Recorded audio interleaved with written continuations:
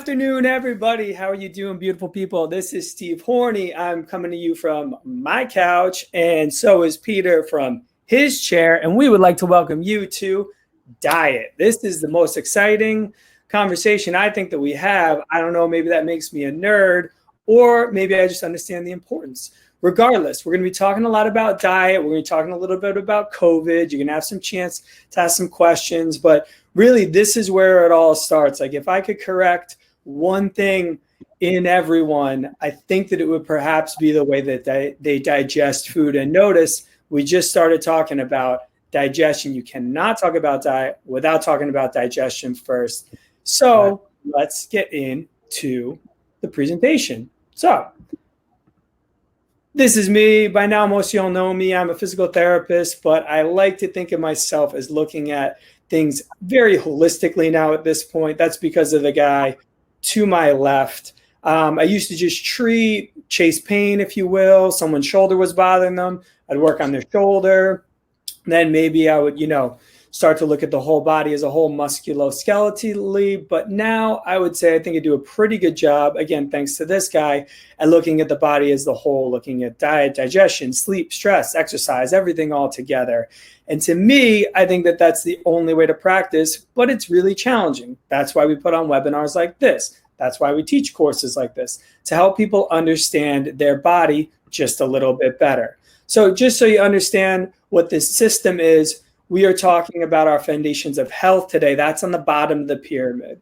Your foundations of health are your hydration, diet, sleep, stress, exercise, ergonomics, breathing, and connection. On top of that is your movement. Again, that's making sure that you have the prerequisite ranges of motion and strength to be able to do exercise. Exercise is the ability to produce force. Performance is the ability to produce that force rapidly and for a long duration of time. Here's everything that we talked about. Again, these are all the courses that we teach. Feel free to drop in on any of them. Get on our mailing list if you want to know about them. And this is Peter DeQuino, my man. Right. Thanks. Hey, everybody. I'm Peter DeQuino. Probably most of you know me, I hope. Anyway, if you tuned into any of our other seminars or webinars, you already have seen this.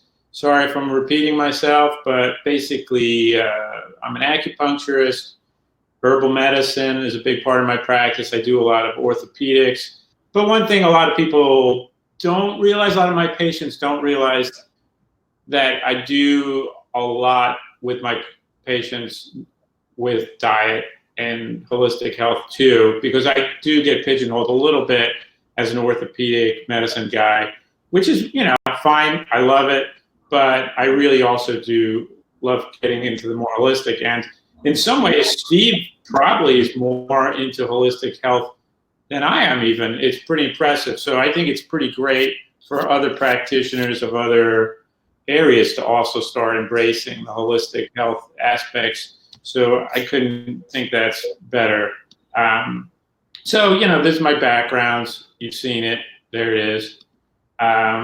So, yeah, the big story that we always say is Steve and I met as he came to me as a patient, and he just taught me a huge side of what I was missing.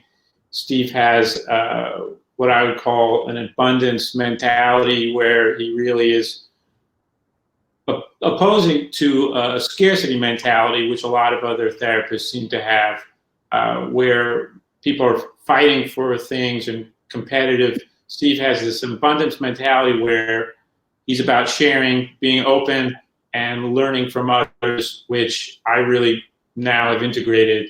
And I'm trying to learn from all kinds of people, other practitioners, not just acupuncturists, and just like Steve's learning from people who aren't just PTs in a big way. I mean, we were just talking about learning about functional medicine this morning, right? Yeah, no, absolutely. It's going to happen. It's like right now I'm doing all this data collection, and I know I'll choose a path and go down it. But it's kind of interesting. I mean, I sprained my ankle, got into sports rehab because I wanted to tape ankles. And now I feel like, perhaps because I think I've evolved that practice to a point where I'm comfortable with it, I'm always like, oh, what's the next one that I'm going to get into? Right. Anyway, so we met up, and Steve really was the guy who came up with this class in the big way and really came up with the idea of putting together the foundations of health. And, a big part of it came out of the idea that he was saying a lot of the same things to patients and trying to get more to the root of patients' issues. And so this list is pretty much an amalgamation of things that we both feel are fundamental. I can't say anything more on that, but Steve, if you want to mention anything more about the foundations before I move on. No, that's it. It really was just born of the conversations that I was sick and tired of having over and over and over.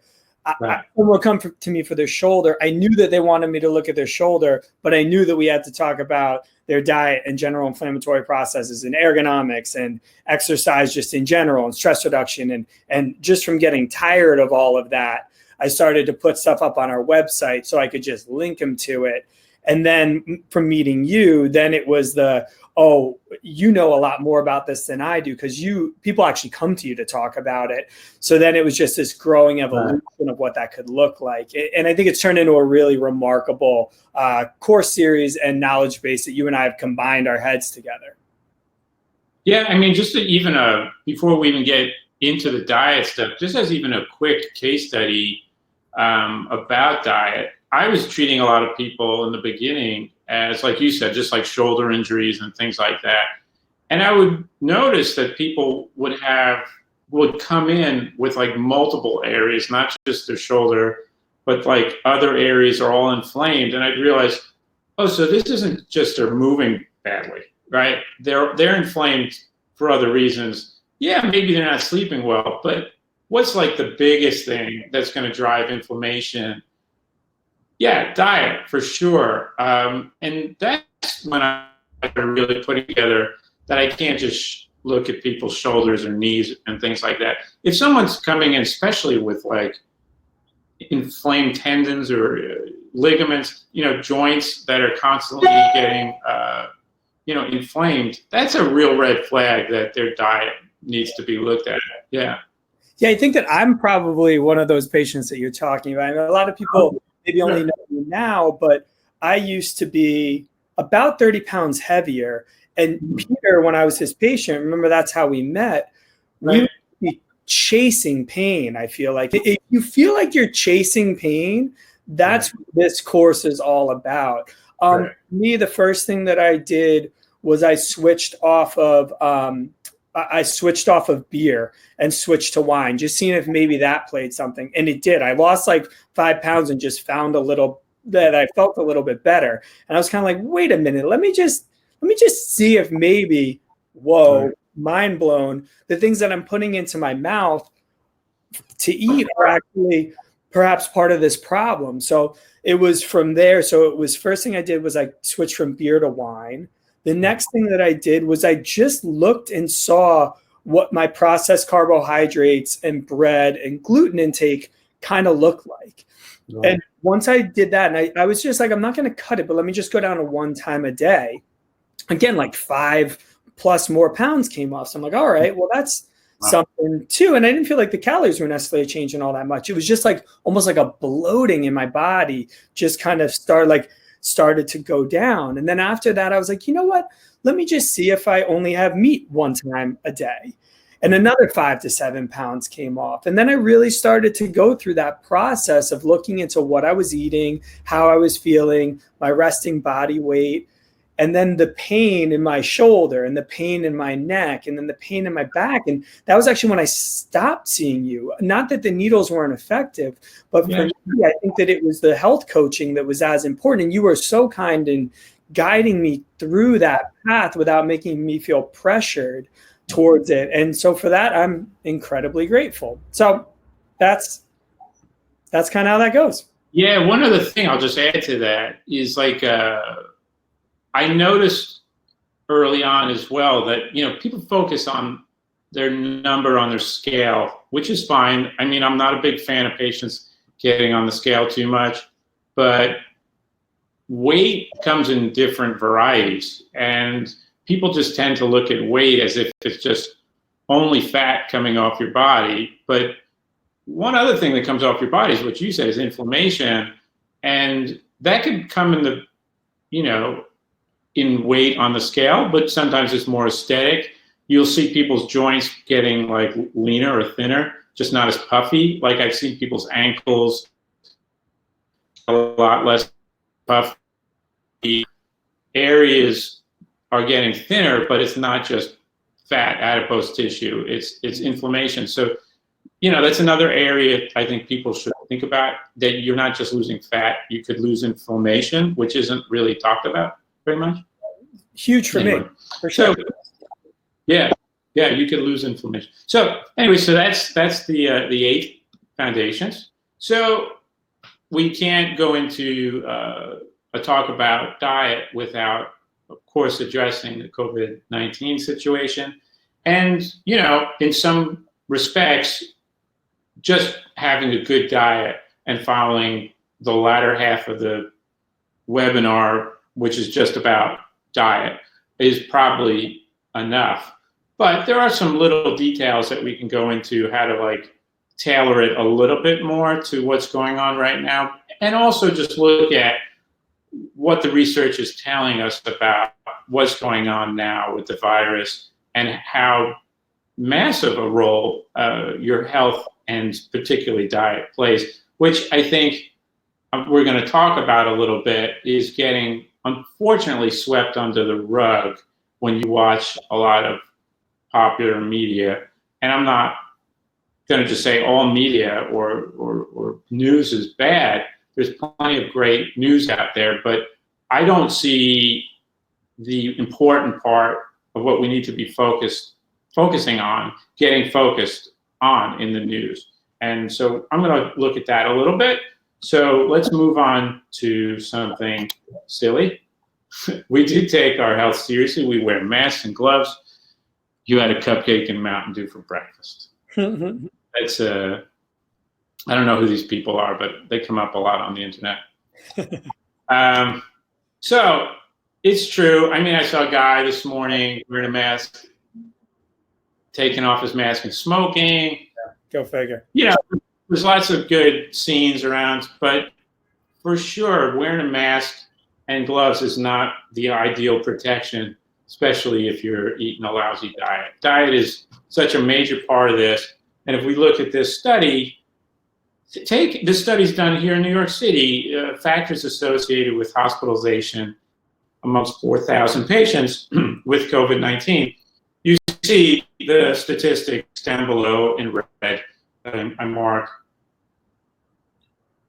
cardiovascular disease, diabetes, and obesity. They're huge. Age and comorbidities are powerful predictors of hospitalization. And I think comorbidities are starting to overtake age in some respects in terms of the outcomes and just the incidence of people going into hospitals. So it's huge. Cardiovascular disease, obesity are really big numbers there, if you see.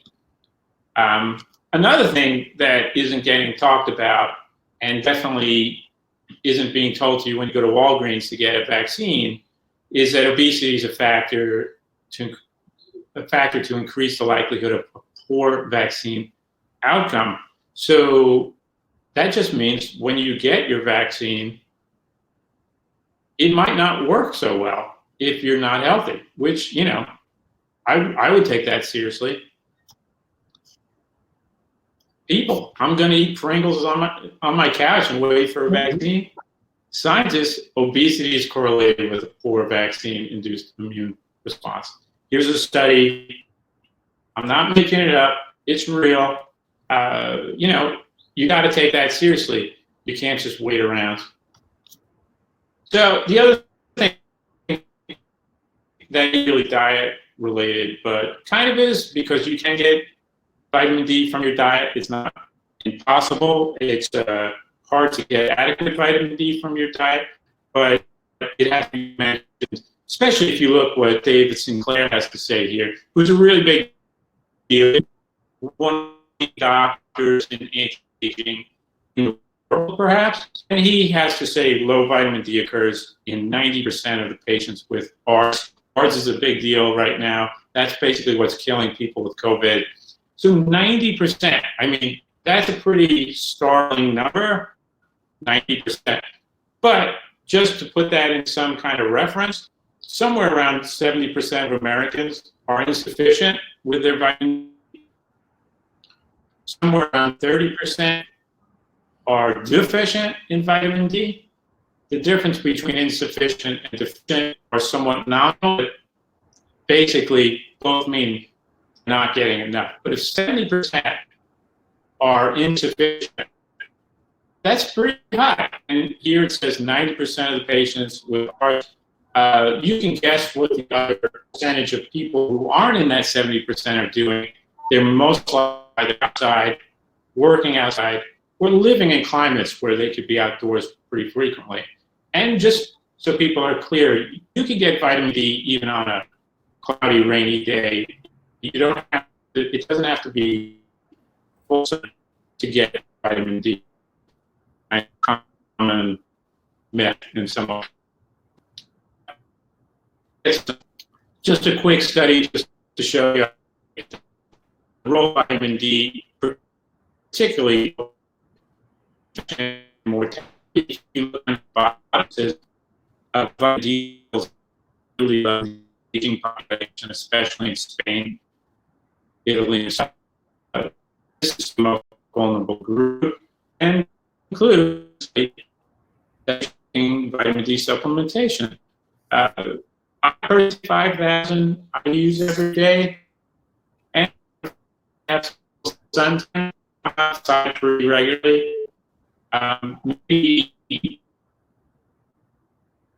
Hey, so I'm going to take over. I think Peter's having a little bit of trouble with his connection right now, but the connection between vitamin D is really important with this. But again, a lot of Americans just in general are vitamin D deficient, and vitamin D is another one of those nutrients that unfortunately not everyone metabolizes as well when it's in food. So if you ingest something that says that it has 1,000 units of vitamin D, I may process that differently from you. You process it differently from the person next to you. That person processes it differently. It's actually a really interesting conversation and kind of one of those reasons why, again, like medicine and diet can be really personal to yourself. So I'm going to take us to the next slide. We'll wait for Peter to come on back in. The role of vitamin D in the prevention of coronavirus. Again, to kind of piggyback off of it, we're starting to look, I mean, everyone, I get it. I feel the same way. Everybody wants to talk about us having the appropriate the right treatment, the right vaccine, the right testing. Hey, Peter, I'm just talking them through some stuff. We'll get you back in a second. Also, make sure that there's no other windows that are open on your router at all, that no one else is using the Wi-Fi, and that your browser for Chrome has everything else shut down. So it's kind of, I think everyone wants to talk about vaccine, appropriate treatment, and testing, and those are really important. It's nice so that some people are doing a deep dive into looking at some things that are a little more holistic and just things that maybe are shedding light on whether, when we come out of this, ways that we could possibly be preparing better ourselves. So Peter, I'm going to turn it back to you. I talked them through vitamin D pretty well. I didn't talk about this study in particular. Feel free, take it back. Did you miss a little bit of what I was saying on this? Yeah, towards the end, to be honest with you, I think it was a little choppy. Once you really started to do a deep dive into vitamin D, we already covered that absorption can be different in different people. Feel free to take it wherever you like. Yeah, so basically, again, just to cover over, this study just shows specifically about how COVID has affected people living, especially elderly population in Spain, Italy, and Switzerland, who are particularly insufficient in vitamin D. And that's all just to show that it's pretty critical, and it's pretty easily remedied just going outdoors. I know not everyone right now can get outside, but it shouldn't be that difficult, especially morning. I mean, I don't know, what's your routine, Steve? Getting outside, what does that look like? Every day, man, I have to. I take it kind of as my lunch. And I just go for maybe like an hour walk, to be honest with you. And then I jog when I feel like it. I work out every morning, so I know that I'm getting the WHO recommended amount of Steve's exercise points every day. but you got to get outside. It's that connection with nature. It's just the ability to change your surroundings. So yeah, I'm making sure that I'm hitting all that every day. Good. All right. So anyway, the big takeaway: get outside, exercise, like Steve just said. It's gonna. If there's like one thing you do other than eating right, I'd say those are the two big heavy hitters. I mean, even beyond supplementation, I would say they're pretty up there. So just quickly to continue on with exercise for a minute, this is another study that just came out. A new review article suggests that exercise may help prevent and reduce, again, ARDS. So not just sun helps with ARDS and vitamin D, but exercise. So exercise causes muscles to release a powerful antioxidant, extracellular superoxide dismutase, which helps the lungs. So great study that just came out. It went all around the internet. It's pretty important. And, you know, the doctor here says medical research findings strongly support the possibility of exercise to prevent or reduce ARDS. Very important. So I just wanted to go over a couple things I've been seeing in the news. As you can see here, obesity linked to severe coronavirus disease, especially in younger patients. I don't know if I would add even just for younger patients, but they do say young adults with obesity are more likely to be hospitalized even if they have no other symptoms, which, you know, that's pretty big detail right there. So they don't even have comorbidities other than just being overweight. That says a lot about what we're about to talk about. Again, yeah, go ahead. I feel like this word, and we just find it last time, but give me your definition of comorbidities. I know that sounds like a funny thing because we already said that number 10 times. So can you just define that for anyone out there in the audience that hasn't heard that word before? Yeah, it just means, to keep it real simple, just some other health issues. So, you know, when people are talking about COVID and comorbidities, they're not talking about like knee pain. They're talking about having high blood pressure or some, you know, type 2 diabetes, some other relevant issue, cardiovascular, lung issues. You know, those are the big comorbidities we're looking at right now that really matter. But anyway, so again, another article about coronavirus and being overweight and obese. This is another article from a doctor who I like a lot, who's a cardiologist in England. He's a really big deal in England. He's on television a lot. And he says obesity, type 2 diabetes, and a cluster of risk factors are all linked to a poor diet and is the root behind increased death rates from coronavirus foods, which may have.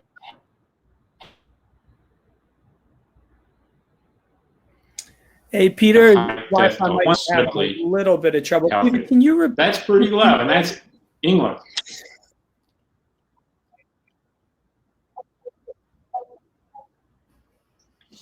What's that? Sorry. I think they're still having a little bit of connection problem. Like, I know that I actually couldn't hear the last part that you said. Again, make sure everything's off of you. Loading up your Wi-Fi right now, either on your browser or anywhere in your house. But then take us through that slide one more time. Yeah, so just basically, this British doctor who's a cardiologist talks about how basically health is to blame for the high amount of deaths in England. And he says 1 in 8 adults are metabolically healthy in England, or healthy enough to, you know, really be out of having an issue. And 1 in 8 in England sounds better than it is here, because I'm sure that the diet is probably better there than the United States. So, you know, that's one reason why last time we spoke, I predicted this country would have such a big problem with COVID, because not just diet, but all the other comorbidities that go with diet. So moving on, you know, this is Donald Trump's answer to things. He's bailing out, is part of his recovery plan, fast food industry rather than the smaller and potentially healthier restaurants that are struggling right now. And that's a problem. And you're seeing that there's a lot of evidence to this. So we're going to see a lot of the healthier, smaller restaurants close that are going to have more farm-to-table kind of lifestyle, and the more fast food type restaurants maybe stick around. So we're not exactly putting our priorities in order, at least financially and psychologically. This is a quote from Paul Saladino, a very interesting guy. I think he really hits the nail on the head here. I'm hearing a lot more talk about the preparedness for the future of our pandemics, virtually none of which include any meaningful consideration of the metabolic and nutritional health of our population and the massive role it's played in our current pandemic. It's time for a paradigm shift. I mean, he said it all right there as far as I'm concerned.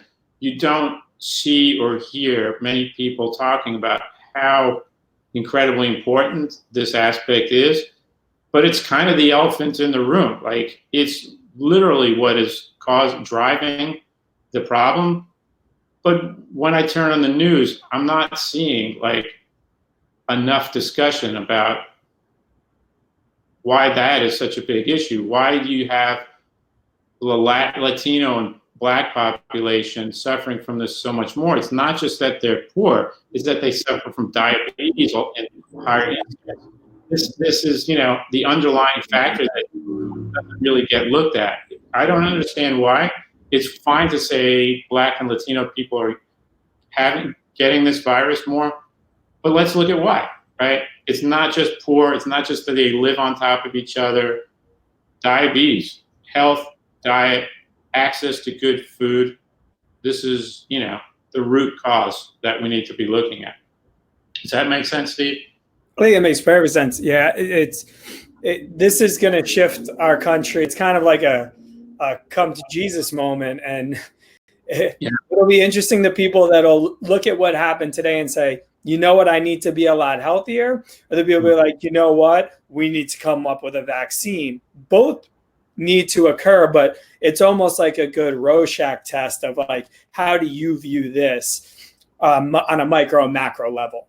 Yeah, I mean, this virus really has done an amazing job of spotlighting our deficiencies and weaknesses. I mean, the one thing I could praise Donald Trump in is he's really good at really showing and glaring a light on a lot of the issues in our country too, in a lot of weird ways. And I think this virus has done a great job in it too. Anyway, so we'll move on. If you want any more information, like into the details about tailoring a diet for COVID, I like this guy Jeff Nobb's post. You could just Google Jeff Nobb's. If you want just a quick summary, these are some of the foods he kind of recommends, and he goes into the website a little bit about why. Here's the quick and dirty version, but I would suggest if you want to learn a little bit about the more specifics of diet and the COVID-19, he's one of the few people I've seen put out some good information that really tailors diet to the virus. But now that's the COVID section. Now I want to start talking about just diet. So Steve and I kind of both early on decided that the key and success to the direction we want to take this is not just talking about and telling people what to eat, because number one, that's kind of useless sometimes. It doesn't really work, and it's very hard to change people's diet. So one way I approached it was just starting by looking at people's digestion and kind of letting digestion show you how good your diet is and how you could adjust it. Because number one, it gets overlooked, and number two, it doesn't get talked about. Digestion is pretty much not discussed. Like, people don't talk about bowel movements or how good their digestion is. Doctors will not discuss digestion particularly much. So it's not just what you eat, but how well you do it. And then we're going to talk about also about when you eat. That's another factor that doesn't get mentioned very much. So as I said, diet's kind of controversial. Diet's very personal. It's pretty much religious for a lot of people. The easiest way to get into an argument with my patients is pretty much say anything about diet. It goes bad really quick. But I figured out little techniques how to talk about diet without like getting too upsetting. So instead of focusing on the controversies about macronutrients, meat, carbs, veg, fat, it's easier to focus on diet, energy, and food quality. Again, something that gets overlooked, but it also gets people in the right direction. Food quality, rather than going down that meat and veg road, it's easier to focus on what we can agree on. And most people, I think, are willing to at least agree that the way we farm in modern industrial farming isn't helping. It's not doing us any favors. And that includes both meat and vegetables. Food quality in this country is pretty poor. And the way it's processed is also a big issue. And the way it affects the environment is a big issue. So I always like to say to some of my patients, and when I go to the supermarket, I look at this. I can't help it, but I look at people's baskets and I see if they're a box person or a whole ingredient person. And you could really see most people really fall pretty hard into one of these categories. They'll have just stacks of boxes, frozen food boxes in their basket, or they'll have just like apples and salmon and whole ingredients. I think it's a really good place to start. Like, where do you fall in that category? Steve, where do you fall in that category? Yeah, so it's interesting because I am using this as an opportunity to learn how to cook a little bit better, learn how to cook more things. But that being said, because you don't know exactly how much access you're going to have, I've had recently in my cart more boxes than I would have had. It used to be very, very low. But because of what's going on and just kind of wanting to have for that like security blanket, a stocked pantry, I've had more boxes, but also way more produce. We've started for the last 2 weeks, we went to a CSA and got some really good produce, but then went on top of that.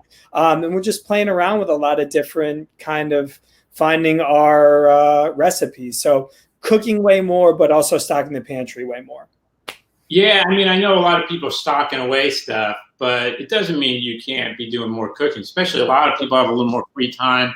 I mean, I know a lot of people are cooking bread and baking bread and doing a lot of stuff, but it doesn't have to be that intense. It could just be, again, like using whole ingredients.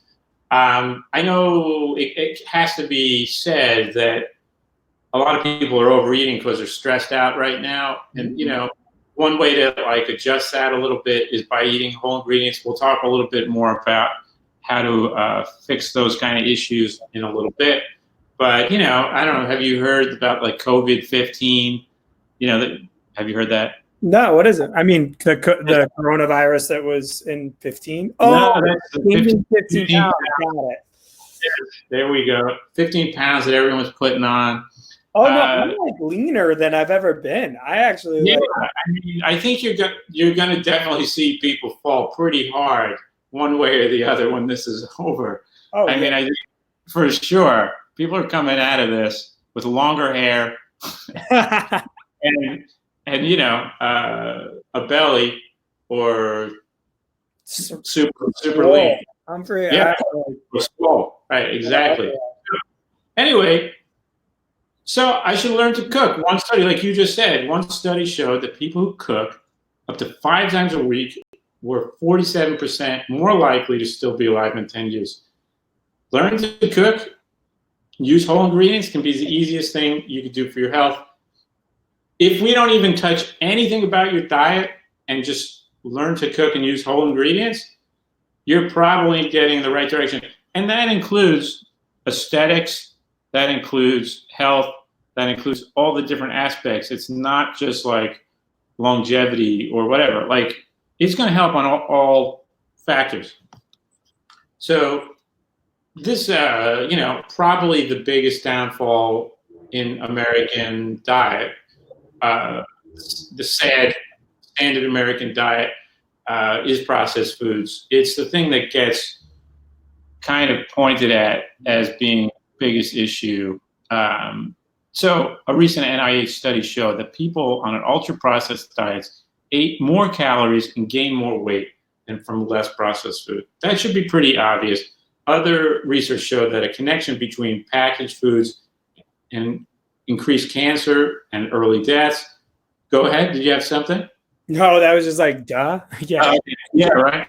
And then sometimes called hyperpalatable foods. I don't know if everyone out there has heard the term hyperpalatable foods, but they are basically a big part of how processed foods are manufactured, and how and why they're manufactured that way is to manipulate the way we eat food, the way we consume, and the way we overconsume. And it's messing with key hormones that we're going to talk about a little bit.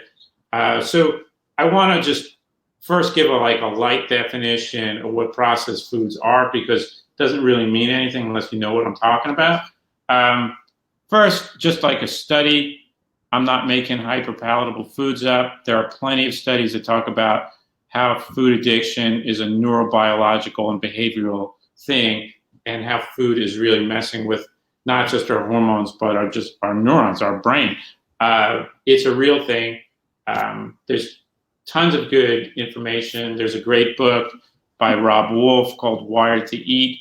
It talks a lot about this. I think he's one of the first people that I've heard use the term hyperpalatability. And since he's written that book, Wired to Eat, you've heard it a lot more and more if you're in that space. So anyway, it's a thing.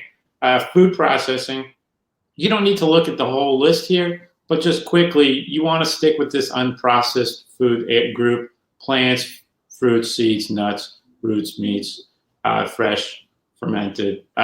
Processed foods, not as big an issue. They're just like things that have like a couple ingredients when you buy them: salt, fat, sugar. They don't have a complicated list of ingredients. It's the ultra processed foods that have the longer list of things, and then also have like a lot of vegetable oil, and those ultra processed foods are really the ones that are the most damaging. So as you just said, Steve, you get the good stuff by going to a CSA. I've belonged to CSAs in the past. That's community supported agriculture.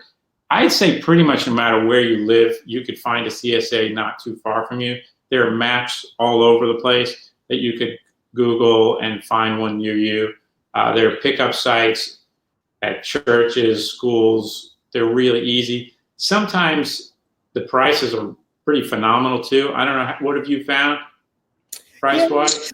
Hit or miss, because sometimes I think you pay what you get for, or you get what you pay for, meaning it is higher quality food, so it's a little bit more expensive. It's kind of like the difference between getting coffee at Dunkin' Donuts and getting it at your local coffee shop. Like, it might be a little more expensive, but it's probably higher quality. So it's a balance. It depends on the CSA. I know the one I belong to, it was really reasonable. And I got a ton of food. Like when they were growing a lot, the farmer, because it's a direct connection. There's no middleman. It's a direct connection between you and the farmer. And when my farmer was growing a lot, I was just crazy stocked. My refrigerator was totally full of vegetables. I could barely finish them. So it really does depend on which CSA. You could check into it. Anyway, then there's Misfits Market. I'm sure, Steve, you heard of that one. Yeah, we have a promo code for them up on our website that we don't have anymore. But yeah, the Misfits.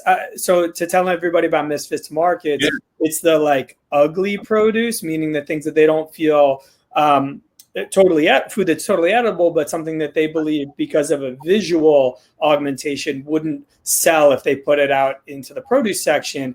And I was baffled every time I got it because they look fine. Like I can't find a flaw with this food. It's so much cheaper too. It's only $20. You get a ton of food and you're helping out the environment. Do it. Yeah, it's pretty great. And again, like right now with like delivery food, as far as I know, they're still delivering right now, I think. Do you know? Not sure, to be honest with you. Okay. I think I see people in my building getting them, so I think they are doing delivery. I know there are still a lot of food delivery services still going. And then, of course, farmers market. Of course, right now we're not all going to farmers markets. And anyway, a lot of food is not available at farmers markets yet, but soon enough, things will be available, and hopefully we can go. Those are my top choices at the moment.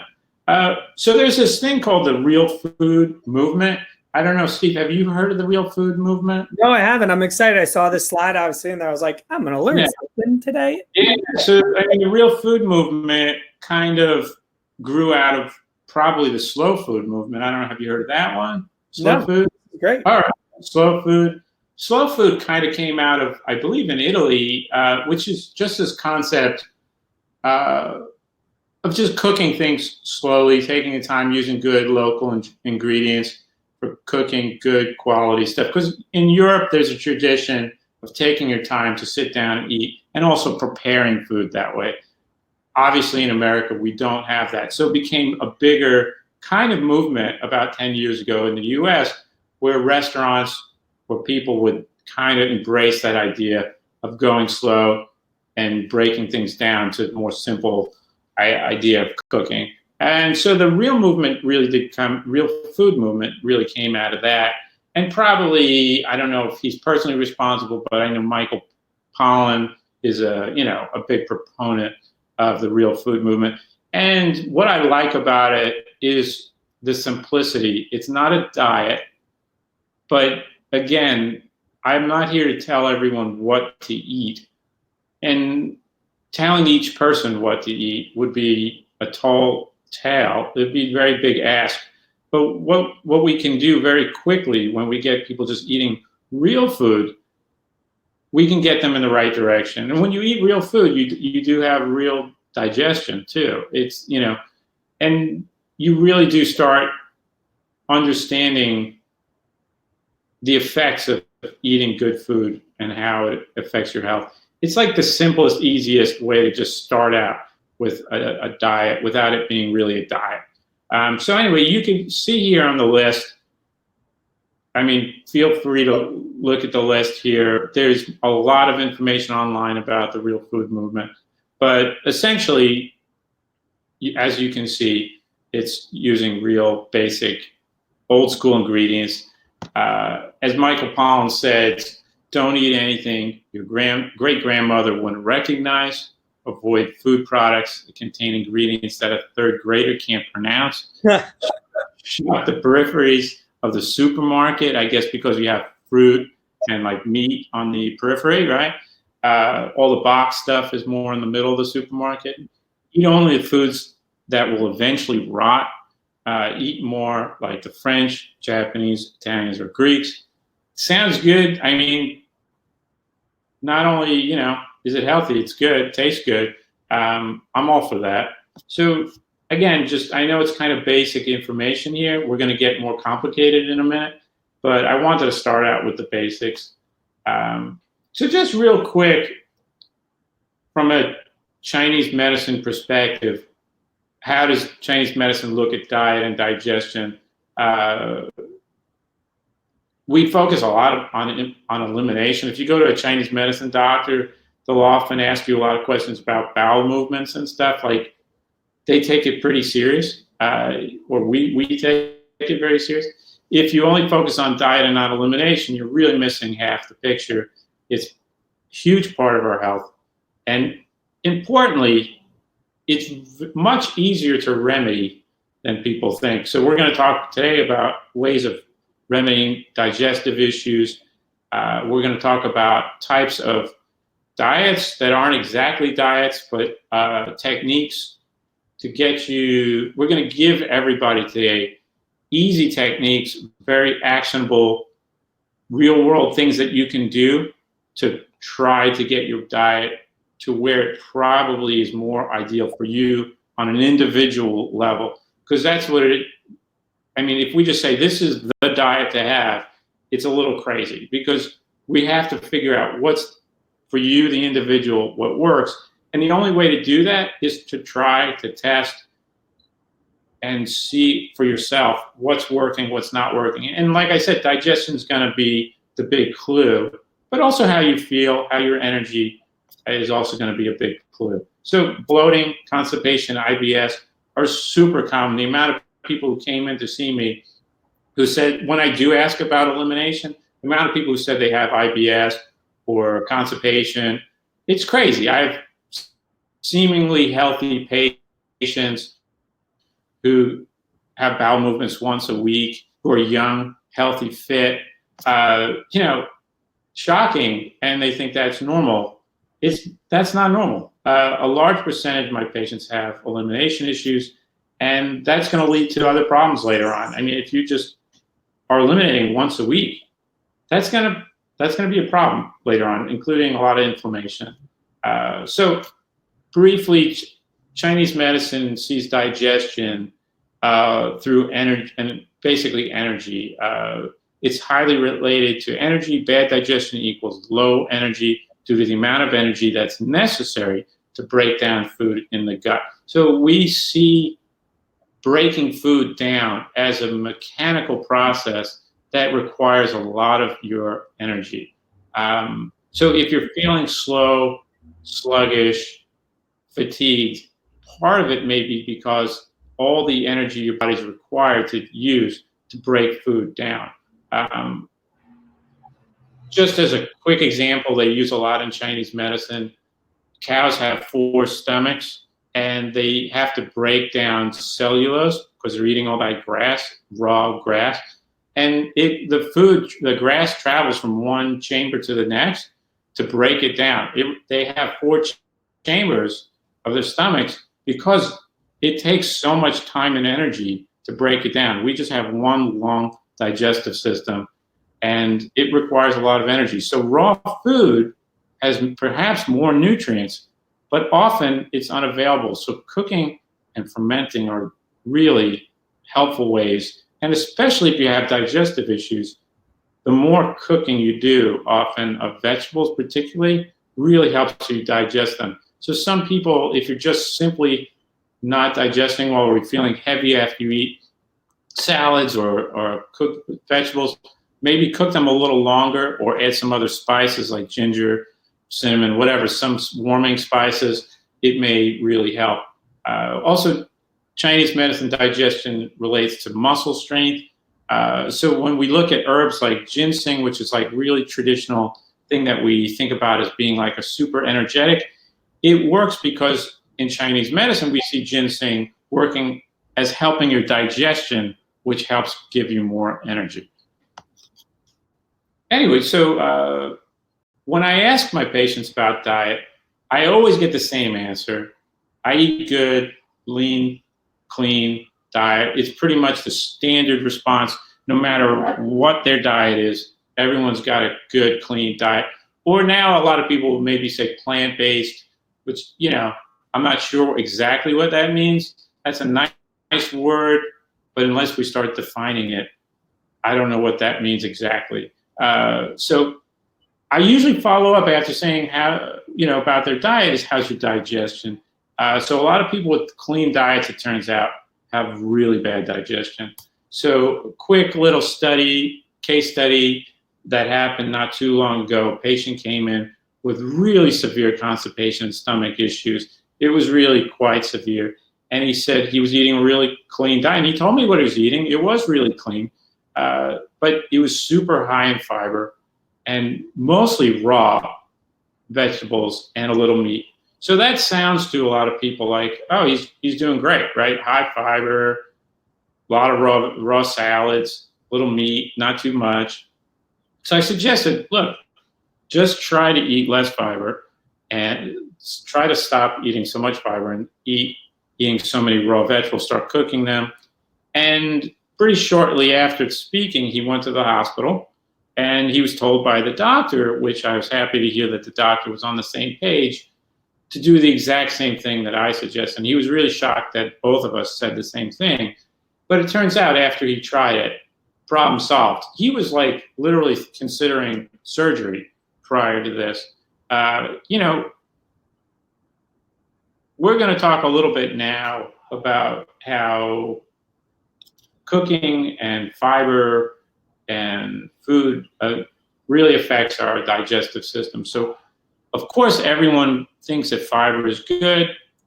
Yes, many people, if you're very healthy, fiber is great. So if you're in a great shape, you're healthy, you have a good microbiome, you have a good gut, good eliminations, fiber may not be a problem. Yeah, go ahead. Would you mind just defining those terms for as far as like the way that I would talk about it as far as like your gut is anything from your mouth to your butthole, your whole digestive tract. Yeah, that is your GI. Yeah. Your microbiome is and when we just say microbiome, you're actually talking about the whole body. But when we're talking in this, and we're talking about the microbiome, we're talking about the individual small organisms that live inside of your body. So the bacteria, the fungus, the parasites, even the viruses, protozoas, like anything that's not you that's living inside of your body is your microbiome or your microbiota. Are those the definitions that you're using? You got it. Just making sure everyone's on the same page with that. Yeah, I mean, you have particular bacteria that live just in your mouth. You have particular bacteria that live throughout the whole GI tract, and some have very specific jobs to be in very specific places. Just like on your skin, there are certain bacteria that live in your hair. There's certain bacteria that live under your arms that only colonize those areas. So, you know, bacteria is very specific to different parts and have different functions. So one important term that I'm using right now is dysbiosis. And as you see here, I say gut bacterial imbalances. So eating fiber for somebody who has a good, healthy digestive system and their bacteria are nice and balanced, the way we know that someone has a good balanced imbalanced microbiome is not necessarily through testing. It's just by looking at how they digest. So again, dysbiosis is a kind of dysfunction of the bacteria that you have. You have either too many of one thing, too little of another, too many parasites, like you just said, perhaps viruses, perhaps leaky gut issues, which I'm not going to get into too much. But anyway, so what causes these imbalances is dysbiosis. So these are just the basics: stress, alcohol, medication, antibiotics, poor diet, and something called small intestinal bacterial overgrowth, which is just an overgrowth of bacteria, but the bad ones, not the good ones. So you have, and that's one reason why fiber is so bad, because potentially so bad, I should say, is because you're feeding the bad bacteria that you have, and you don't have enough of the good ones.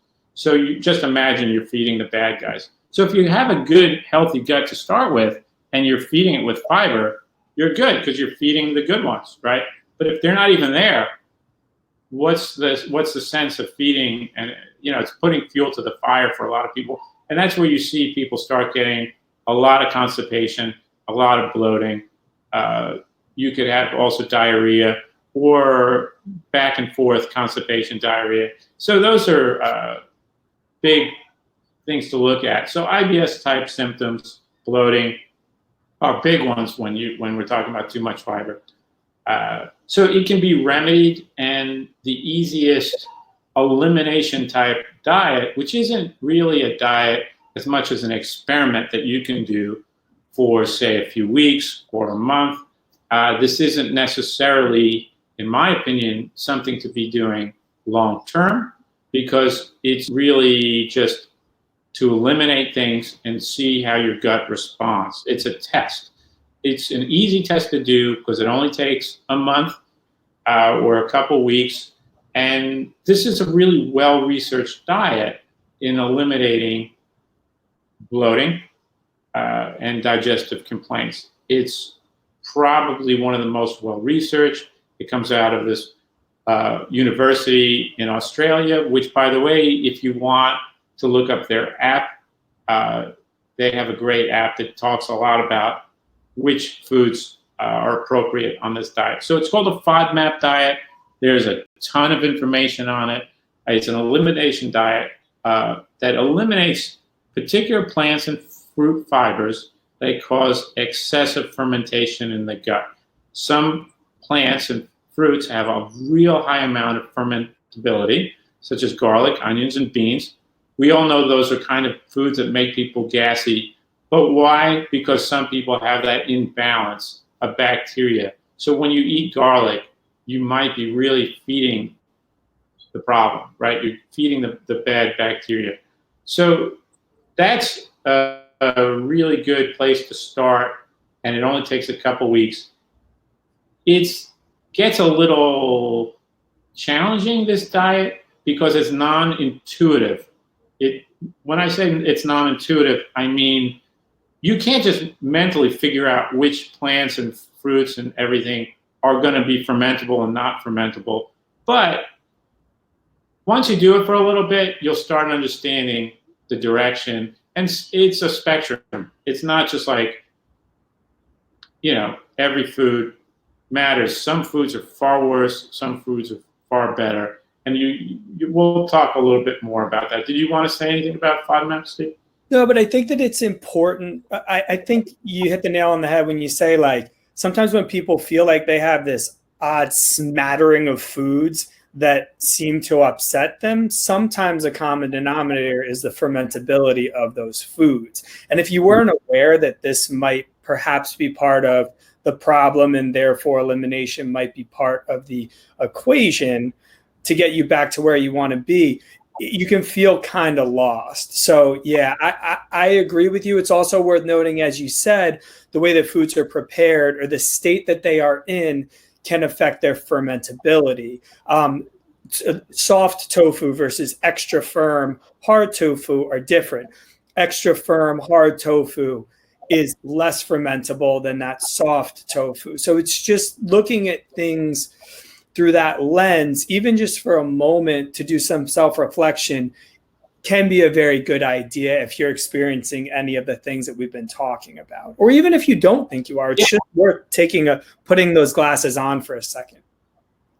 Yeah, and if you just think about it for a second, what are all the vegetables that we use to ferment normally to make things like cabbage, like sauerkraut, kimchi? We use garlic, onions, cabbage. These are, things that we already know have a high fermentability. That's why we use them to make ferments. It does the same thing in the gut, and that's why we get so much bloating. We're not able to break down things properly. So if you avoid these things for a little while, a couple weeks, sometimes what happens is our gut starts going back to normal and you start getting a more proper balance of bacteria. And then you could start eating those vegetables again, which is the key to the whole thing. You don't have to do it forever. You do it for a few weeks, which, isn't the hardest thing in the world, especially if you have pretty strong symptoms of IBS or bloating or constipation. Let's say you've had constipation for like years. This is an easy thing to try for a little bit and try to remedy that. Anyway, and by the way, it's the gold standard thing that works for IBS. It's the most researched, and we know it works. So there's also that. It's scientifically proven to work. So as I said, gold standard for checking for food intolerances, insensitivities, allergies is not about blood work or taking fancy tests. That's how I'm able to do it with my patients. I don't prescribe fancy blood work. I just have patients do elimination type diets like this. So a simple elimination diet does just that. It removes food for a couple weeks, usually around 3 to 4 weeks. So for example, nuts, wheat, corn, soy, beans, dairy, citrus, nightshades, etc. And then after the 3-4 weeks, we slowly introduce them back into the diet at 3-day increments. So let's say we just want to do nuts and wheat because we think those might be bothering, or dairy and beans. We'll just stop those for about 3-4 weeks and then slowly introduce them back one at a time with increments of 3 days. If you wipe this whole thing clean for a couple weeks and then start reintroducing, you'll get a very clear picture when you do reintroduce them. If you get those symptoms within 24 hours of bloating, gas, indigestion, fatigue, any bowel issues, you're going to see those right away if you haven't had them for a month. If the problem is, if we're having them all the time, we're not going to get that nice, clear signal. Does that make sense? I think that makes perfect sense. And it is nice to hear if you are entertaining doing these elimination diets. Again, it is not forever. And then the other part is kind of like picking and choosing the things like, oh, you know what? I didn't really miss XYZ, but I did miss this. Let me do a 3-day window, and then you have your answer. And then even if it doesn't work out, there's other things that you can do and go back, and that'll probably be a time for another lecture with you and I. But it's a great place to start. Yeah, and one way some people describe it is like having a dirty windshield. When your windshield's all dirty, you can't see what's going on. When you just do a 30-day elimination of certain foods that you think might be bothering you, the list that I give here is a good bunch that I frequently use. It's just like cleaning the windshield, and then you see what sticks once you start eating them in 3-day increments. And you'll see very clearly, oh, all right, dairy's not bothering, but wheat is. It gives you a very clear picture. And then you just have to eliminate one thing. You don't have to eliminate all foods. A lot of people go the other route where they eliminate too much, and that's not good either. If you could eat whatever, citrus, go for it. I don't want anyone eliminating foods if they can eat it. I mean, why? I mean, I have tons of patients who have erroneously eliminated foods for no reason. Anyway, some books that I like a lot, I suggest all the time. I know, Steve, you got into Dr. Ruscio too now, Healthy Gut, Healthy You. I think there it is. It's an inexpensive book. I have patients get it as an ebook. It's inexpensive. I think it's like $9. It's like a real great step-by-step guide how to do a lot of the things we're talking about. This webinar will do a great job kind of defining a lot of the things he talks about in the book. But if you want to go the extra step, that book is a good place. And then for patients with diet issues or weight issues, The Obesity Code by Jason Fung, one of my favorite books. He's a brilliant doctor. Do you have anything to add on to that one? Just if you want, these are all on our website. There's a really good podcast by Jason Fung where he takes about 2 hours and sums up a lot of his work. We have a short podcast, a long video, or vice versa with Dr. Ruscio, and we'll get into it later. But I've taken some of his materials and put them on our website to lay out a plan for you if you're looking to start to look into your digestion. Yeah, so these are my favorites, but there's plenty more, obviously. So when it comes to inflammation and diet, the one that I use probably more than any other diet with my patients is the Whole30 diet. There's tons of resources online about it. You can find tons of information. There's plenty of websites, no problem finding it. So it's only 30 days. That's another reason why I like it. Designed to eliminate foods that frequently cause weight gain, all that puffiness we were talking about before. A lot of my patients come back and maybe didn't lose a lot of weight, but they're like, I look better, I'm less puffy.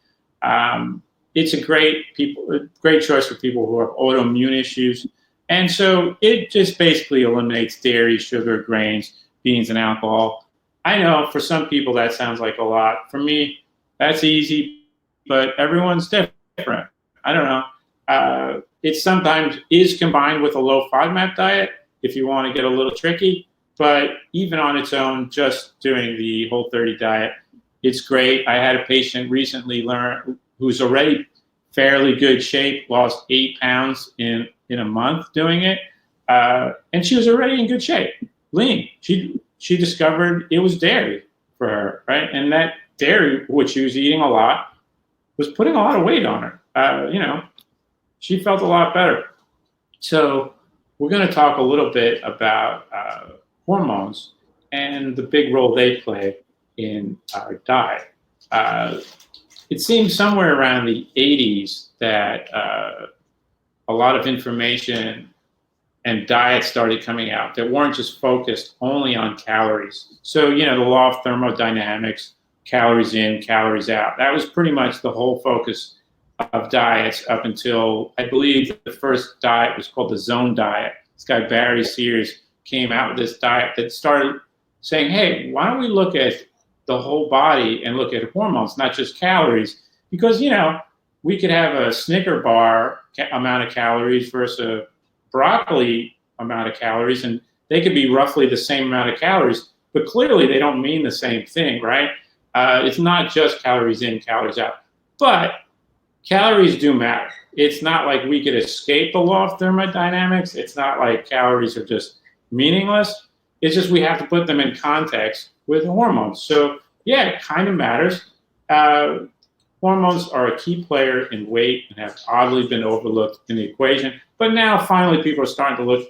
We're going to talk a little bit about some hormones that you might not have thought of or might not learned about. So which ones? We have insulin. Insulin's a big driver of weight. I know my father used to take insulin, and it really regulated his weight. When he started going up and down in insulin, you could see his weight fluctuate. It's a huge one. Cortisol, which everyone's heard of as the stress hormone, leptin, ghrelin, hormones most people haven't exactly heard of, but we're going to get you to hear about them today.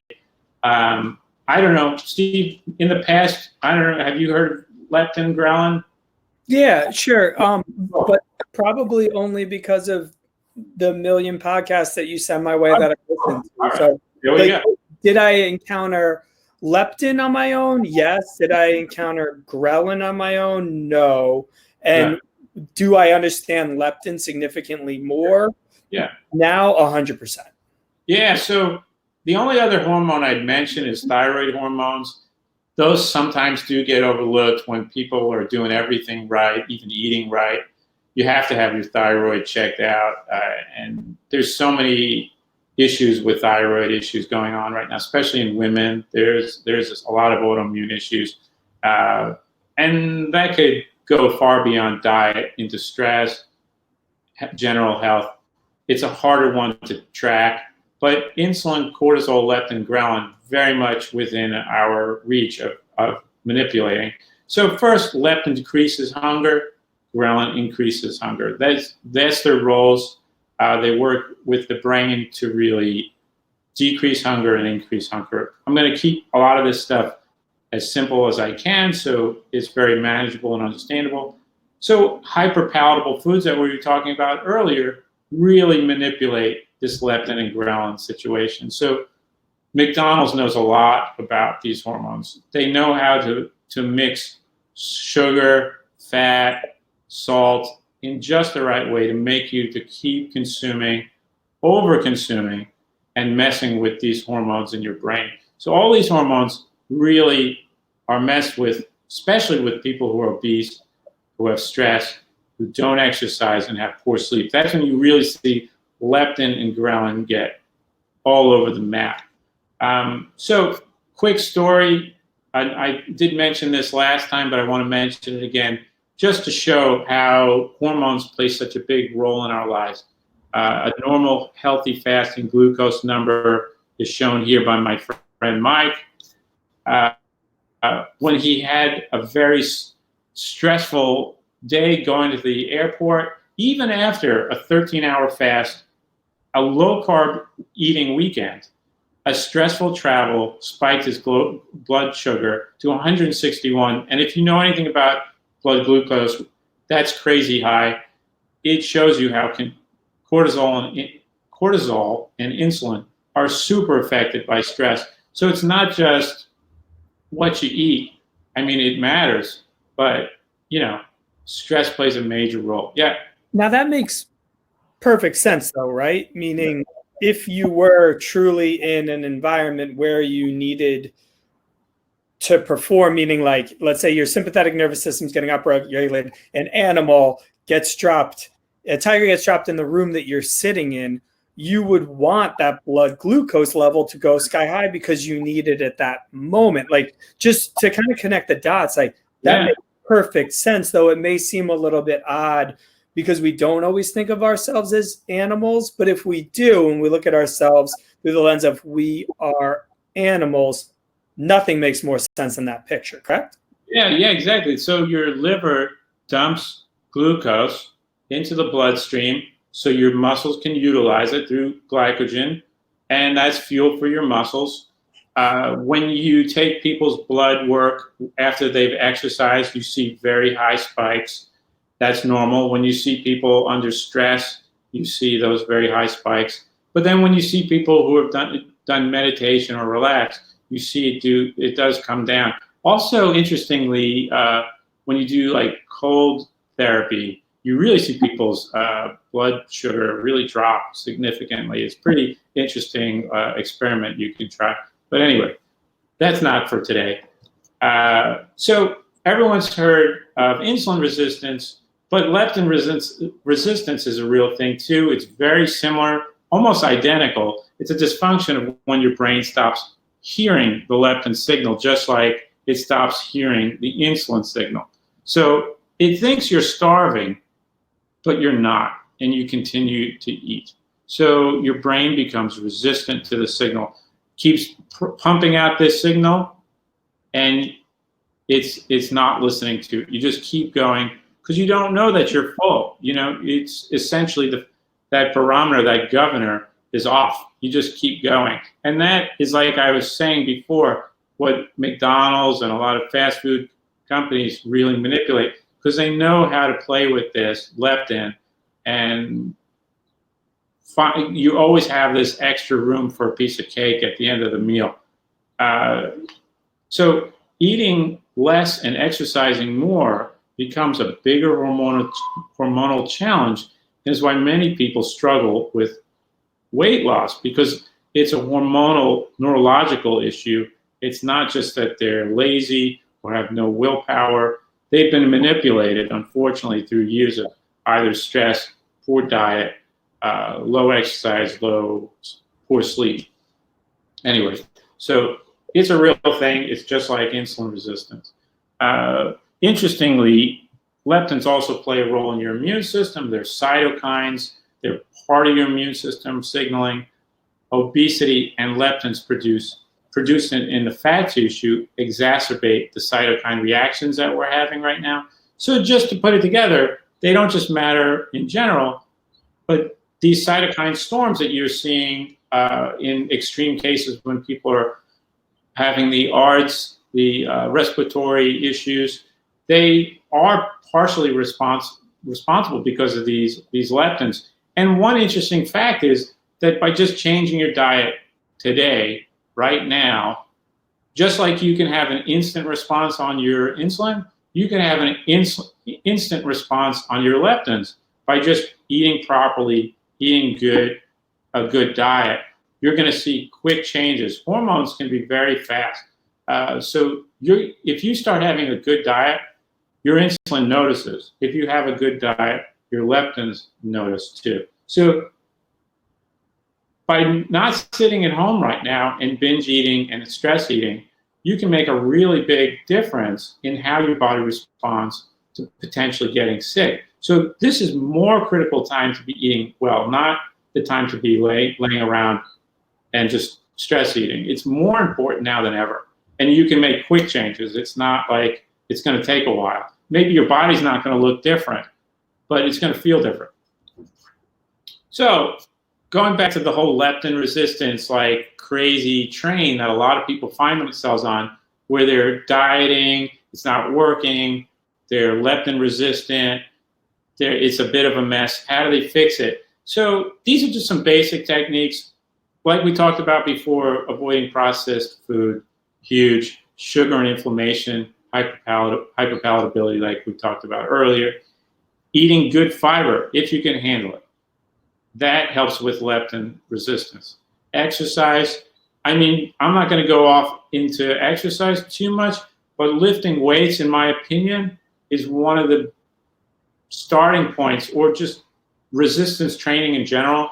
I see with my patients, Steve, you could talk about this, but I see my patients over-exercising with cardio and not really working on muscle strength and resistance, and they're really not doing themselves a favor when we're talking about weight loss. because cardio, which can be fine, and it has its place, when you have a lot of muscle mass, and it doesn't have to be a lot, just having muscle mass, you have muscles which are efficiency machines. Muscles, like I said earlier, eat sugar. They're glycogen machines. So when you eat food that has sugar, has carbohydrates, they're going to be digested into your muscle, and they have a place to go. It's like a sink. You have space for them to where they can go. If there's no sink and you're just eating carbs and you're not utilizing them with muscle, where do they go? They become storage, right? We don't want to store fat. We want to utilize it. And muscles are like the pinnacle of great things to have to blow through your glycogen and sugar. Does that make sense? You could, if you want to say something on that, go ahead. No, I think that's great. And I just think that doing strength training and having your muscles be accustomed with building and dumping and building and dumping, again, those glycogen stores. So again,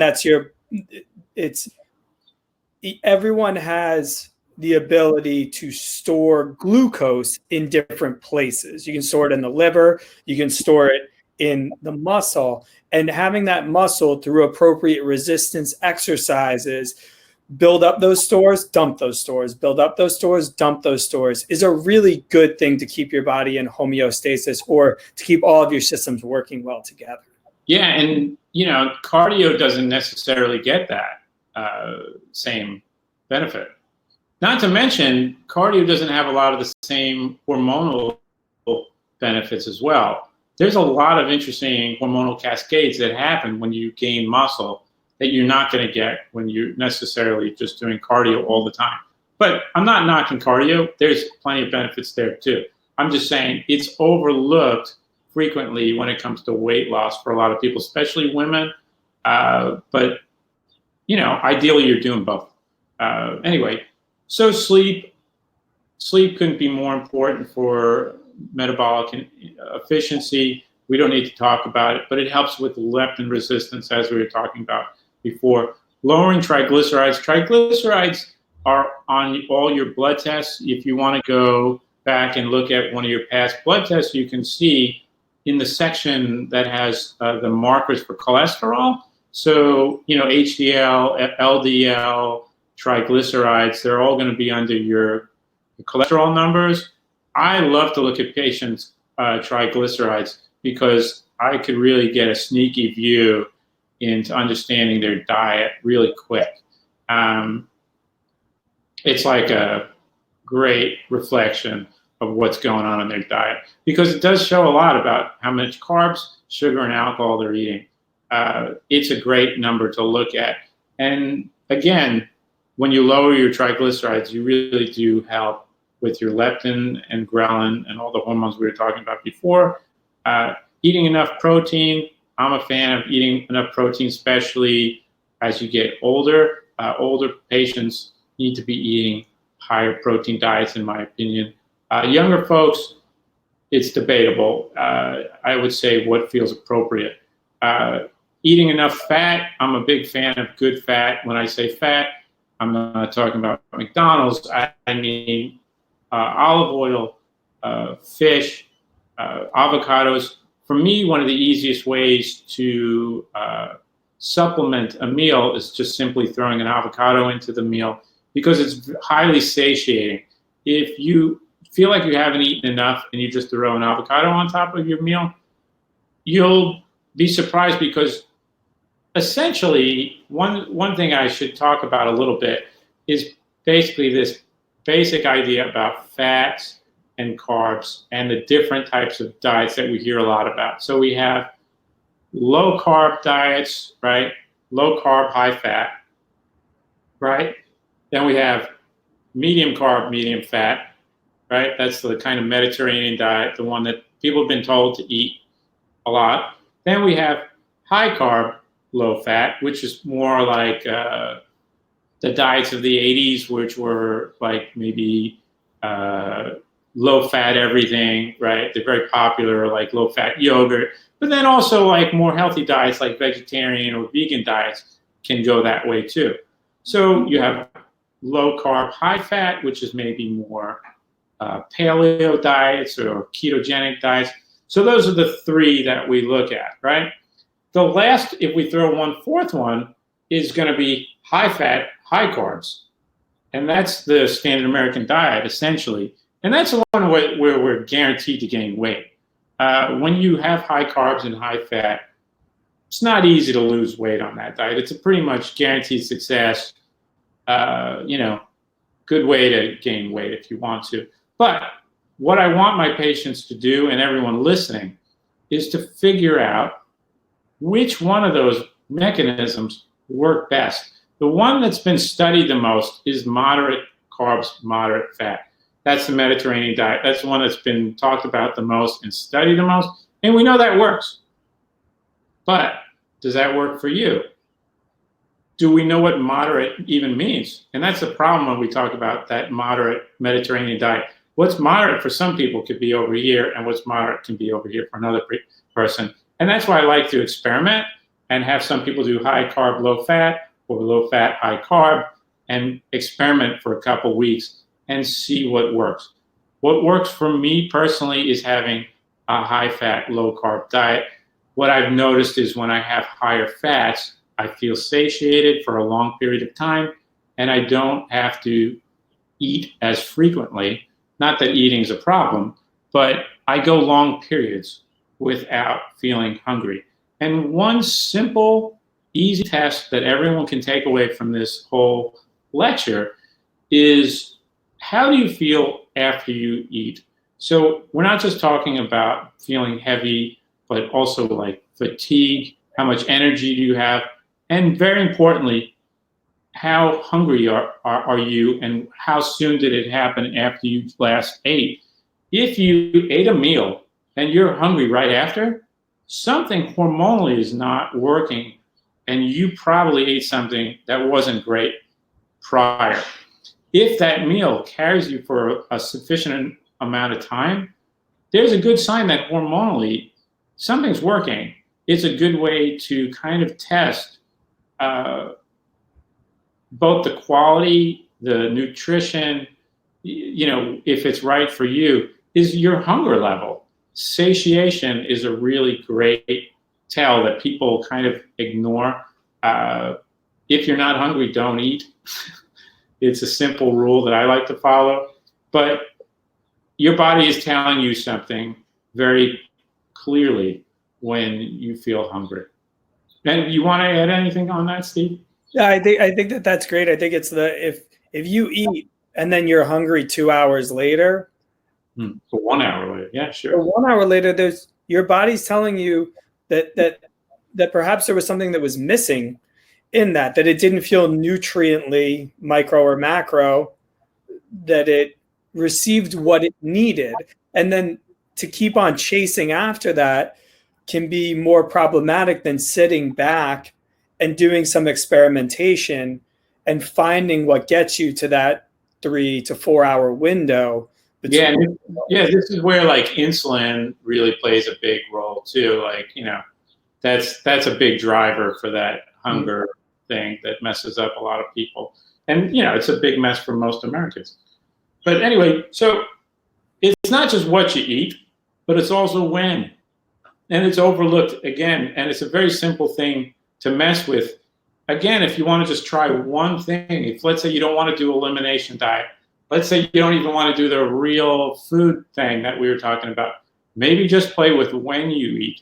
Let's just start there. I know I get huge results when I start messing with when I eat. I know, Steve, you have too. So there's something called the eating window. And the eating window is the time of day spent eating. So, you wake up in the morning, we clock in once we start eating, we clock out after your last meal at the day. That's your eating window, right? So some people have looked at intermittent fasting. It has many potential eating windows. The one that we see probably most frequently is the 16-8 window, which just means you eat during 8 hours, which isn't crazy, and you fast for 16 hours. You give your body a little break from eating. You don't have to do this all the time necessarily. You can do it a few days. There are lots of different ways to mess around with this. If you want to try 5 days a week or something like that, there's lots of benefits to be gained. And it's pretty shocking how differently you digest and feel, and also how much inflammation you may conjure up when you avoid having a healthy eating window. 16-8 is a great one. So that 16-8 would just be, 10 o'clock breakfast, which may be late for some people, and 6 o'clock dinner. Not so crazy, right? Yeah, go ahead. If someone feels intimidated by that, though, a 12 and 12 is a very reasonable place to start, especially when you're out of those bounds.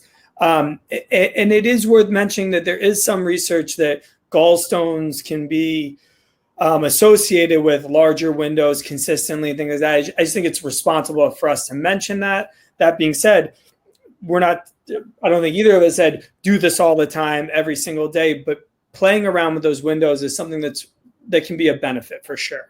Oh, yeah. So, I mean, if we look here are some of those benefits. Whoa. Help with weight loss, boost metabolism and hormonal effect. That's what's going on when you intermittent fast.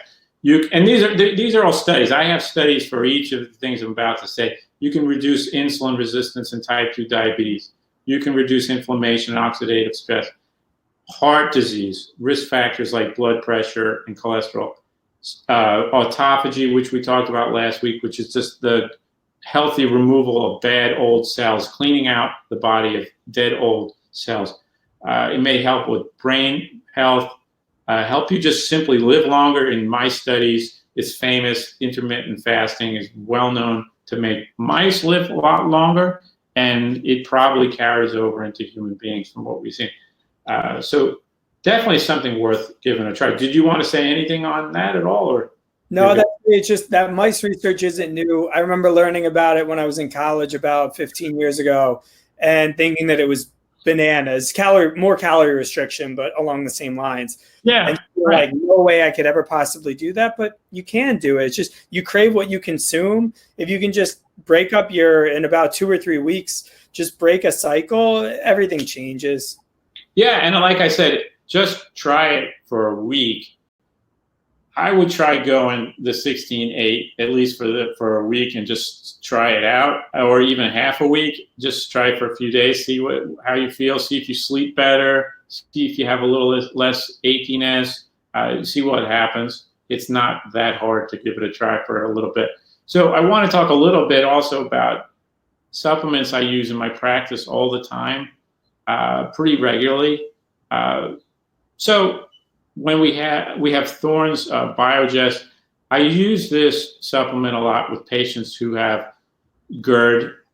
GERD is just reflux disease, any kind of reflux issue, right?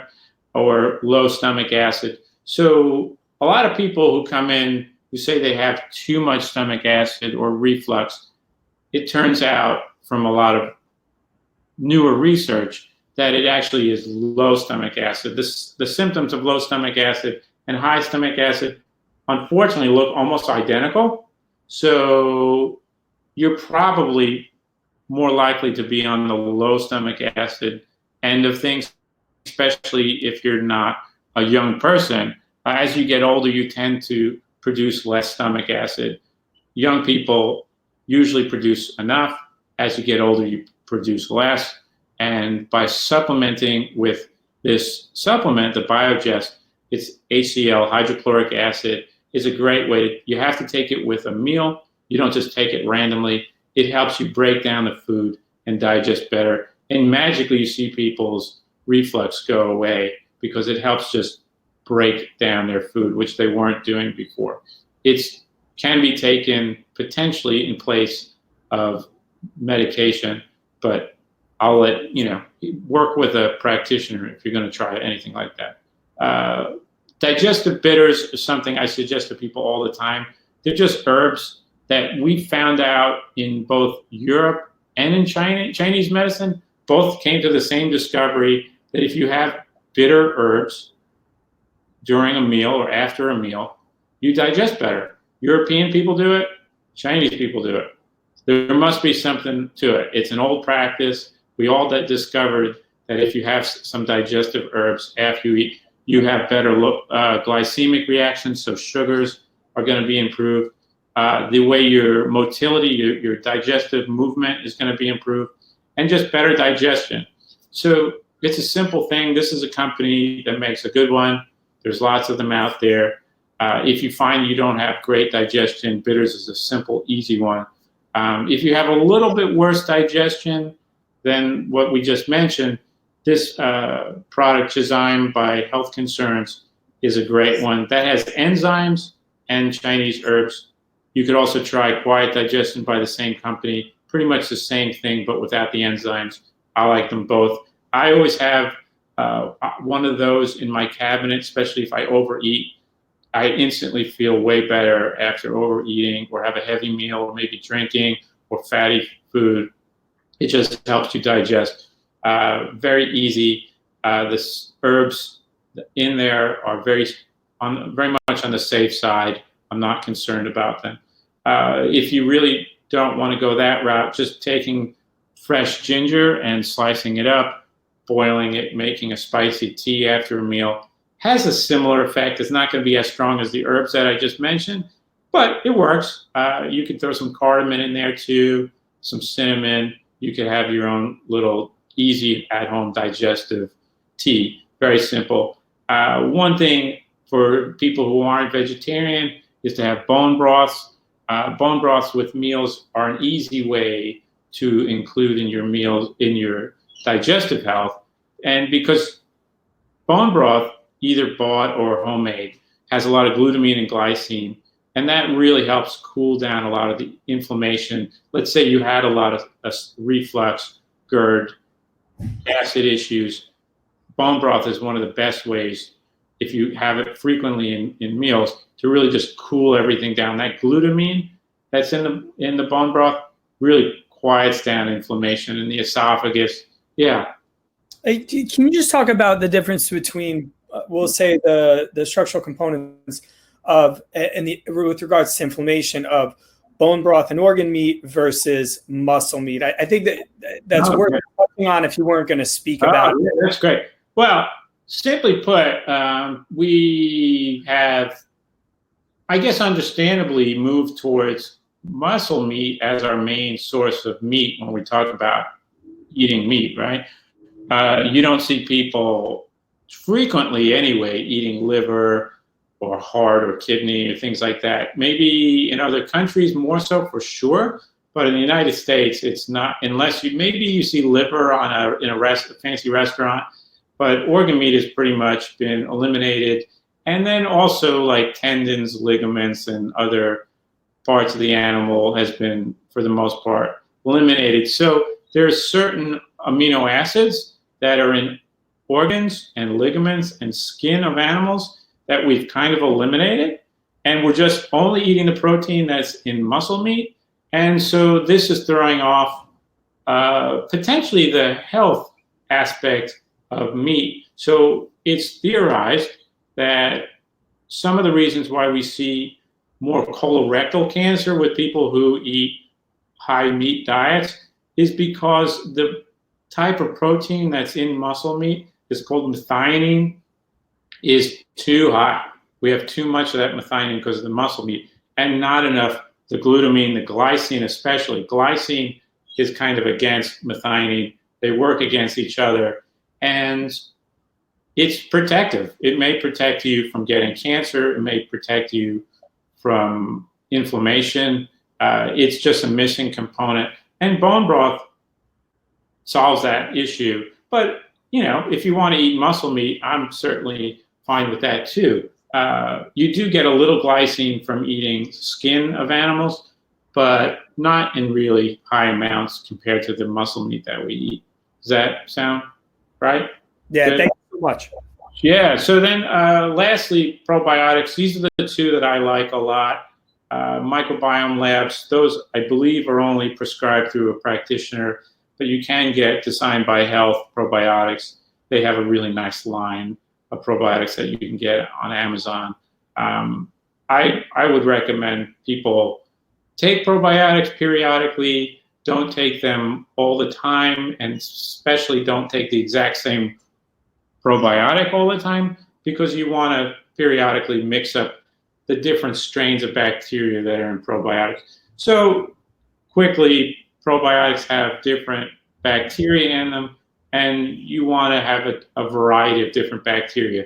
You don't need to always have the exact same lactobacillus, constantly the same strain all the time. You want to mix it up a little bit. Hey, Peter, talk us through a little bit. You've kind of laid out a bit of a game plan throughout this presentation. So I'll kind of start you on the track, and then you tell me what order you put these in. But you have elimination diets. Yeah. You talk about balancing the microbiome via probiotics. You talk about reintroduction as well. How do you actually look at that as taking people through the entire process with you? Well, I mean, I usually I don't have like a 1, 2, 3 step thing. It really does depend on what their symptoms are and what their issues are. So I would hope people listening today would have heard something relevant that they'd want to try, because it might have sparked some interest in something that they might have going on. So if I was talking something about, like, say, constipation, like maybe I want to look into that. If I, does that make sense? But yeah, I wouldn't hesitate for anyone to try a Whole30 diet. Just try it. That's not an extreme elimination diet. For me, it's a really good thing everyone should just at some point try and start reintroducing food and see how they feel, just to have a sense. You don't have to have a major problem. Maybe you'll discover you can eat dairy. Maybe you can discover you can't eat dairy. Maybe wheat wasn't as big a problem as you thought it was. But there isn't really a 1, 2, 3 punch. It's really starting at some of these basic spots. And if you hear me speaking about anything that rings particularly to you, I would start on those areas. Yeah. So we talked about last time a prevention guide. If anyone's still interested, there's a COVID-19 prevention guide. You could email Steve, right, if they want to get a hold of that. Yeah, you just go to our website, click on webinars, and it's right there too. Just scroll to the bottom and buy it. And then that's my 2 cents. So we're still going to have some time. I'm not upset that this went a little bit long. There was very important information all along the way. We'll still do a Q&A at the end, but I just kind of want you to take away some general, broad, sweeping approaches from this presentation. So the first thing that you kind of want to do when talking about diet is think about inflammation first. Now, we can talk about direct inflammation and we can talk about indirect inflammation, and we'll just go into those gently in a second. The next thing is make it an experiment. I think Peter said this 100 times, but everyone is different. You're not going to be able to read some book, find some article that's just going to say this is exactly what you need to do and have that be right for everyone who's reading it. So let's not even pretend like that could possibly be the case. And the third thing is to listen to your body. Yeah, Steve and I have totally different diets, right? What is that? Right, Steve? We both have very you and I have very different diets. Yeah, so it's okay. We're both healthy. It's the process. Yeah, exactly. And so listening to your body is the most important thing. So the first thing that we can just kind of talk about just in general is inflammation. And these are things that would more directly cause an inflammatory response in the body. And we'll talk about indirect in a second. Indirect is more through the balance of the bacteria in the small intestine or in the large intestine in that microbiome. So just in general, and this is piggybacking off of what Peter said about the Whole30, and that's no surprise because this is from Dr. Ruscio's book that we were talking about before. And in his book, he cites the Whole30 as a great place to start for a Paleolithic diet. Just looking at this is just dropping out your gluten, your dairy, and your soy, that's a reasonable place to just start at things that could be directly giving you inflammation in your body. Your body just may not respond to those substances all that well. Then you can look at through the rest of it, eggs and nuts and higher carb intake. That's somewhere in the middle. And then things that are tolerated pretty well. Again, as far as your immune system attacking your body by these just being in your body, gluten-free grains, potatoes, sweet potatoes, nightshades, beans, and legumes. So that's a reasonable place to just look at as globally, whether your body will look at what you're putting into it as friend or foe on a direct level. The next thing is more the indirect balance. You have, as we discussed, bacteria in your body. If that balance is out of whack, meaning that the bad bacteria have become greater than the good bacteria, your immune system will be constantly looking at that as a source of something that it should attack. Now, if that bad bacteria grows to a point where it's overgrown more than the good bacteria, your immune system will constantly be trying to attack that. Therefore, you will be creating an immune response in your body, which will create an autoimmune scenario in your body. So the two different ways to think are, is what I'm eating right now causing my immune system to give me trouble? Or is what I'm eating right now feeding that bad bacteria, which will cause my immune system to constantly be attacking that bacteria, which will cause your body to be in a constant state of inflammation? Talk to me. Yeah, so one thing just quickly that throws off a lot of my patients when they do, this is a FODMAP diet that you're looking at. What throws off people is they start looking at lists online about FODMAP diets, and they look at one list and they're like, wait, this food is on this list, but it's not on this list over here. And then I go over this list, it is on this list. And you see a lot of FODMAP diet lists that may have a little contradictory information. Don't worry about it. The foods that are kind of on both lists most likely are moderate foods. The ones that are on everyone's list are the high FODMAPs and the low FODMAP diets. So don't get too caught up in, oh wait, can I eat this? If you're not sure, either just figure it's probably okay, or go to the Monash University app, and they'll be much more specific. But just to be clear, I notice a lot of patients mention that. Yeah, and just to kind of, I'm going to pull this out, but I mean, it is nice that they have a really good guide through here. And each food, I'm just going to pick some random thing right here, but they tell you, depending on the serving size, what it can end up being. So that's where a lot of, you can get down in the weeds with this. And they are really the expert on that. So if you go on our website, you'll find some FODMAP resources directly from them. But again, just to kind of go through here, like your cauliflowers, your garlic and your onions come up all the time, your cabbage for sure. Those are the main ones. But look through these lists and then kind of see where you think you want to land. But again, look for broad sweeping strokes with that. Same thing here. This just continued. But even just like to kind of highlight a little bit is like cashews and pistachios are different from macadamia nuts, peanuts, pumpkin seeds.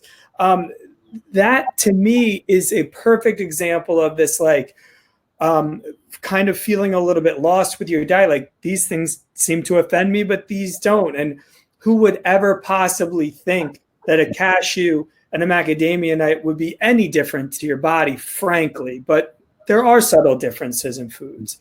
Yeah. The next thing is kind of just make it an experiment. This is just, again, right on our website, and is just taking you through the beginning of his protocol for an elimination diet. So the first thing you want to do is just give everything a rest. Do a 2 to 4 day broth cleanse. Now that can be either the vegetarian broth, which is that lemon, ginger, cayenne, and high quality grade A maple syrup, or it can be that bone broth. But just give everything a rest for a little bit of a while. Get to 2 days for sure. If you're feeling good, go to 4 days, see where you land on that. Then the next thing is just go and eliminate the things that cause a direct amount of inflammation in your body, which is, again, those things that are your grains, your dairy, your legumes, your alcohol. Those are the things. Just pull them out and see whether your body seems to feel any better with it. It's really important to get to an answer of a yes, as it's really important to get to an answer of a no. If that's a no, now we take those and put them on the shelf and saying, you know what? None of those foods really seem to be problematic. So let's just put that on the bench for a little while and not be more restrictive in our diet than we need to be. So as you can see, if you felt better, then you're going to go through and try more the indirect approach, which is the low FODMAP, keeping out those things that seem to bother you. So that's that paleo low FODMAP. That's attacking it at a direct and an indirect level of inflammation. But if you felt no change, don't waste your time nor your energy nor being too restrictive. Give everything back that was on the paleo diet. Just look at the things that are fermentable. Just look at the balance of your small and large intestine bacteria. Just look at your microbiome to try and get that back into regulation. So that's kind of the beginning of it, is just to treat it as an experiment. There's no good or bad information. It's the same thing as when I'm working with a patient and it comes out that they can't extend all the way through their middle back and their shoulders bothering them. That's not bad or good in nature. It's just information that's going to help us get to analyzing the data to get us towards a solution a little bit faster. So listen to your body. This is a direct quote from Michael Ruscio.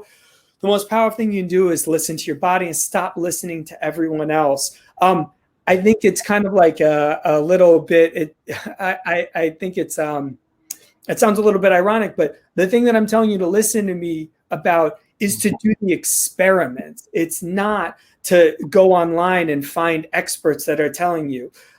It should be a process, not a direct prescription for anyone, and really listen to your body along the way. But then I think Peter did a great job of talking about how your body can also give you perhaps information that's not really useful at the time by hormonal problems, meaning that your insulin, your leptin, and your ghrelin can be giving you, your body can be giving you information, I'm hungry, but that's not obviously something that you should be listening to. So I can understand how this can be a little bit confusing, but this is what you really want to listen to, is that let's say that your gut, your bloating, your bowel issues, your reflux, your mental state, anxiety, depression, your fatigue, your joint problems, your thyroid, skin issues are huge with this.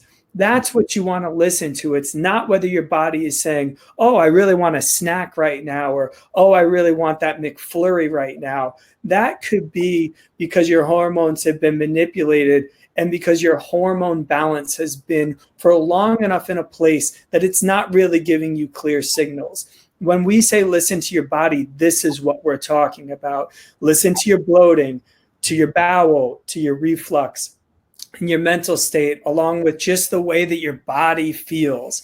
That's what we're talking about when we say listen to your body. Well, I've definitely spoken enough. I hope that, thanks for everybody sticking around and, listening to both of us go on and on. But if you have any questions, drop them in. Let's make this a really comprehensive thing. If there's a question, anything that even personal right now, feel free. You have the floor. All right.